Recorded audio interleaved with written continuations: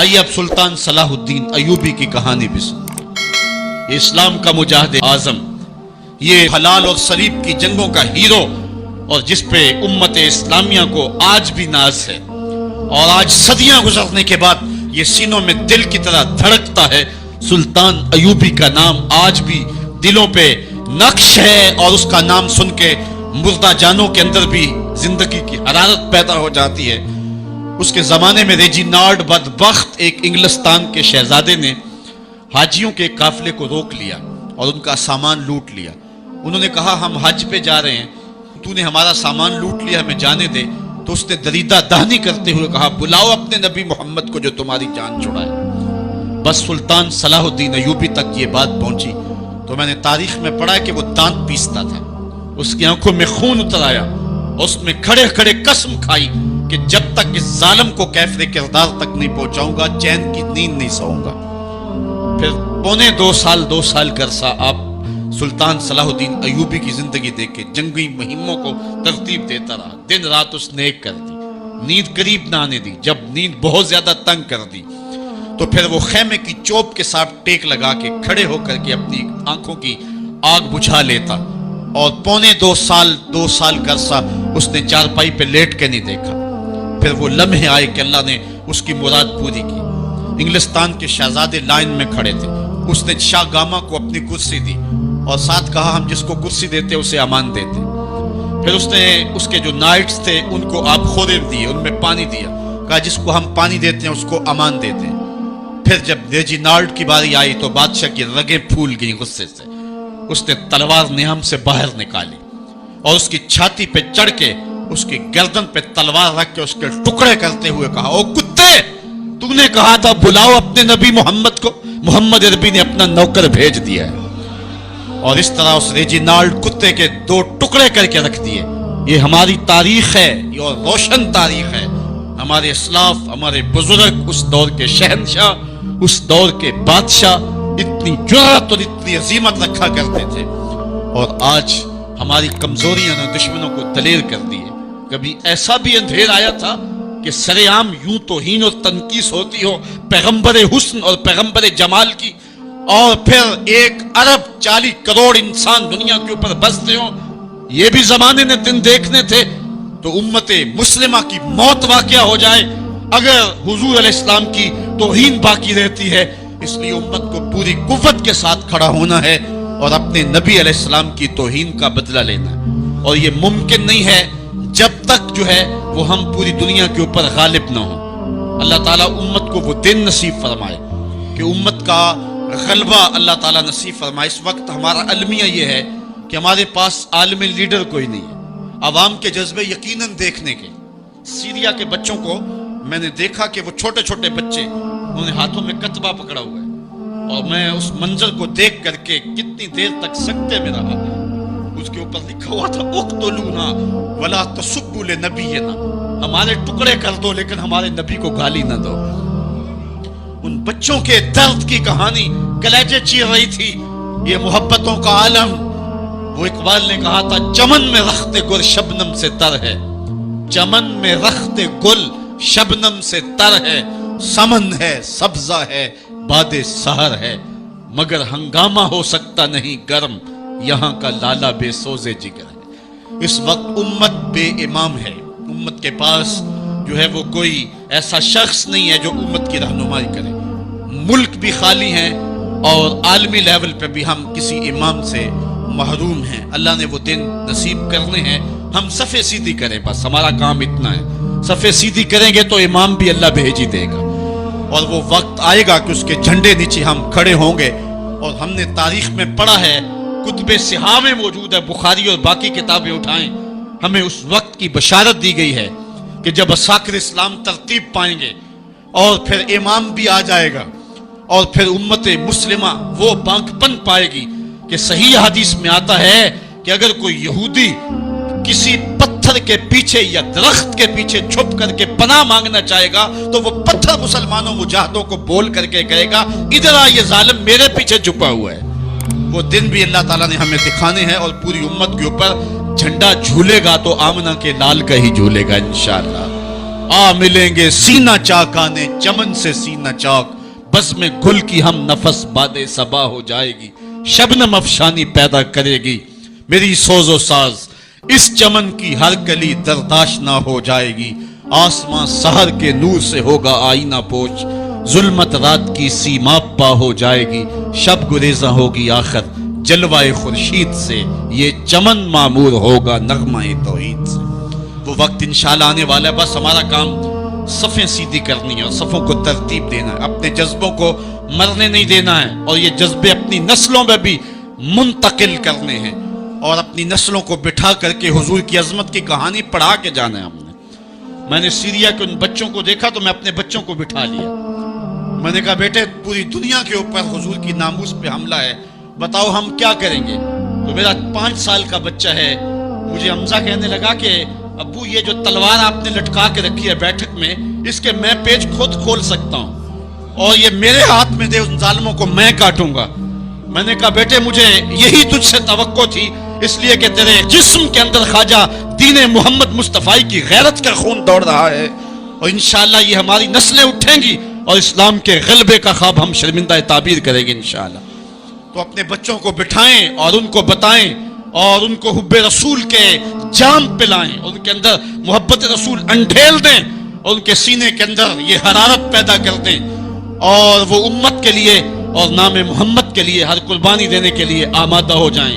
انشاءاللہ وہ وقت دور نہیں ہے جب پوری دنیا کے اوپر اسلام کا جھنڈا جھولتا ہوا نظر آئے گا۔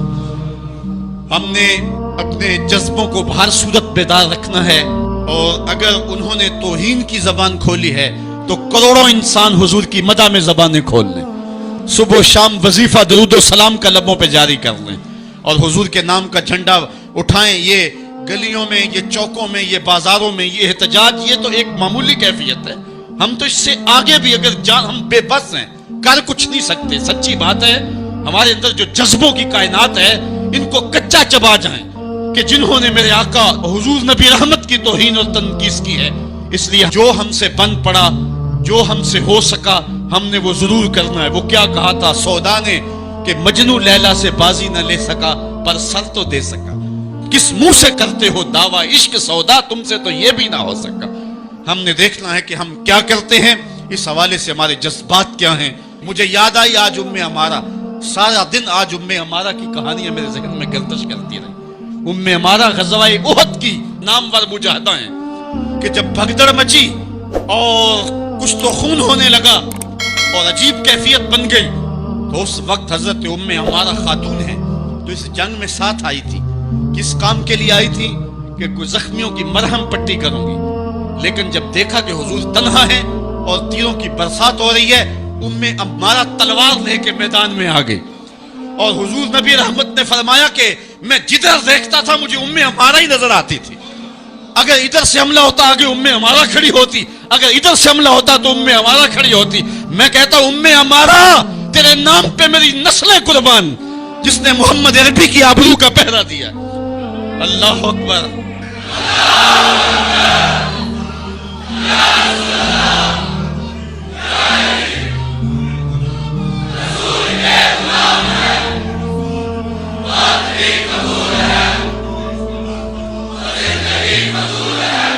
تمہارے جذبے سچے ہیں انشاءاللہ، شاید مغرب کو بھول ہو گئی ہے، یہاں ایک ایک بچہ غازی علم الدین ہے، ایک ایک بچہ عمر چیمہ ہے، یہ سعادت مندیوں کا سفر ہے۔ یہ مغرب کو بھول ہو گئی ہے، اس نے کس قوم کو چھیڑا ہے؟ ان کی غیرت مری ہوئی نہیں ہے، انہوں نے کچوکے دیے، زخم دیے، امت کو معاشی بحران میں مبتلا کر دیا، روز پٹرول کے بم ہمارے اوپر گرتے ہیں، لیکن ہم کبھی میدان میں نہیں آئے۔ لیکن سارے معاملات کے اندر ہم کمپرومائز کر سکتے ہیں، کمزوری بھی دکھا سکتے ہیں۔ اگر اس عنوان سے ہم کمزوری دکھائیں ہمارا بچتا ہی کچھ نہیں ہے، ہمارا سب کچھ نام محمد ہے۔ ہم نے ہر دور میں تقدیس رسالت کے لیے وقت کی تیز ہواؤں سے بغاوت کی ہے، چھوڑ کے سلسلہ رسم سیاست کا فسوں بس ایک نام محمد سے محبت کی ہے۔ ہم نے عہد غلامی کرنا ہے حضور علیہ السلام کے نام سے، اور انشاءاللہ یہ ہماری سعادت مندی ہے۔ ورنہ ہم نے وہ زمانہ بھی دیکھا ہے جس زمانے میں کوئی ایسا متنفس نظر نہیں آتا تھا جو حضور کے نام کا جھنڈا اٹھائے۔ یہ تاتاریوں کا دور ہے، جب بغداد کو اجاڑا گیا، امت کے سر کاٹے گئے، اور یہ حال تھا کہ منگول سردار نے کہا کسی مسلمان کا سر لاؤ، اپنے فوجیوں کو کہا نہیں تو تمہارا سر کاٹ کے لگائیں گے. ایک مینار تعمیر کرنا ہے کھوپڑیوں کا. اور پھر مسلمانوں کا پتہ ڈھونڈتے ہوئے لوگ ہاتھ میں پیسے لے کے گھومتے تھے کہ کسی مسلمان کا پتہ دے دو، اس کا سر کاٹیں ہم. لیکن مسلمان ملتا نہیں تھا، کاٹ دیے گئے. دجلہ 3 دن تک خون بن کے بہتا رہا. یہ ہماری تاریخ ہے بغداد کی. اور پھر دجلہ کا بند توڑ دیا گیا. جو لوگ تہ خانوں میں چھپے تھے 1.25 لاکھ لاشیں ہم نے وہاں سے پھر نکالی. پھر وہ لمحے آئے کہ کوئی ایسا متنفس نظر نہیں آتا تھا جس کے ہاتھ میں اسلام کا جھنڈا ہو. ایک منگول سردار عیسائی ہو گیا. اس نے ایک عیسائی پادری کو بلایا اور کہا کہ اپنے مذہب کی تبلیغ کر تاکہ کچھ لوگ اور بھی ہمارے ہم نوا ہو جائیں. اس نے قسم پرسی کے سالم میں کہ اب کوئی شخص نہیں ہے جو اسلام کا نام لیوا ہو تو اپنے خود سے باطنی کا اظہار کر دیا اور پیغمبر حسن و جمال حضور نبی رحمت کی توہین و تنقیص کا آغاز کیا. ابن حجر نے لکھا ہے کہ ایک کتا تھا جو خیمے کی چوب کے ساتھ بندھا ہوا تھا. جب اس نے توہین کا آغاز کیا تو اس نے بھونکنا شروع کر دیا. لوگوں نے کہا کہ یہ کتا تیری اس توہین کی وجہ سے بھونک رہا ہے. اس نے کہا نہیں ایسی کوئی بات نہیں، یہ کتا نسلی کتا ہے. واقعی وہ نسلی تھا اور میرا ہاتھ کا اشارہ پا کے غیرت میں آ گیا ہے، کوئی ایسی بات نہیں ہے. اس نے پھر توہین کا آغاز کر دیا. تو ابن حجر نے لکھا ہے کہ اس کتے نے زنجیر تڑوا کر کے اس پادری کے گلے میں جا کے دانت گاڑ دیے اور چھوڑا تب جب اس کو واصل جہنم کر دیا. اس منظر کو دیکھ کے 70,000 اس فوج کے سپاہی اسلام کے دامن میں آ گئے. اقبال نے اسی موقع پہ کہا تھا تو نہ مٹ جائے گا ایران کے مٹ جانے سے، نشائے میں کو غرض نہیں پیمانے سے، ہے عیاں یورش تاتار کے افسانے سے، پاسباں کعبے کو مل گئے صنم خانے سے. اللہ اپنے نبی کی آبرو کی یوں بھی حفاظت کرنا جانتا ہے. کون جانتا تھا کہ عامر چیمہ یہ کام سر انجام دے گا؟ وہ تو ٹیکسٹائل کی ڈگری لینے گیا تھا لیکن غلامی رسول کی سند لے کے پلٹا. میں نے غازی کے جنازے میں شرکت کی ہے. آپ نیٹ پہ جائیں اور وہاں اس کے جنازے کی تصویر دیکھیں یا کہیں تصویر آپ کو میسر ہو. جنازہ لوگوں کی انگلیوں پہ ہے، بھاری تابوت اور اس کے اندر اس کا جسد اطہر، لیکن ہاتھوں پہ نہیں ہے، آپ کو انگلیوں کے پوروں پہ نظر آئے گا. اور ایسے مناظر بھی دیکھنے والوں نے دیکھے کہ رش کی وجہ سے لوگ نیچے سے ہٹ بھی جاتے اور وہ پھر بھی ہواؤں میں تیرتا رہتا. آپ جا کے دیکھ لیں، میں کوئی ہوا میں بات نہیں کر رہا، بالکل انگلیوں کے پورے پہ میں خود شامل تھا. اور میری سمجھ میں اس وقت بات نہیں آتی تھی کہ یہ کیا ماجرا ہے، اتنا بھاری صندوق اور انگلیوں کے پوروں پہ.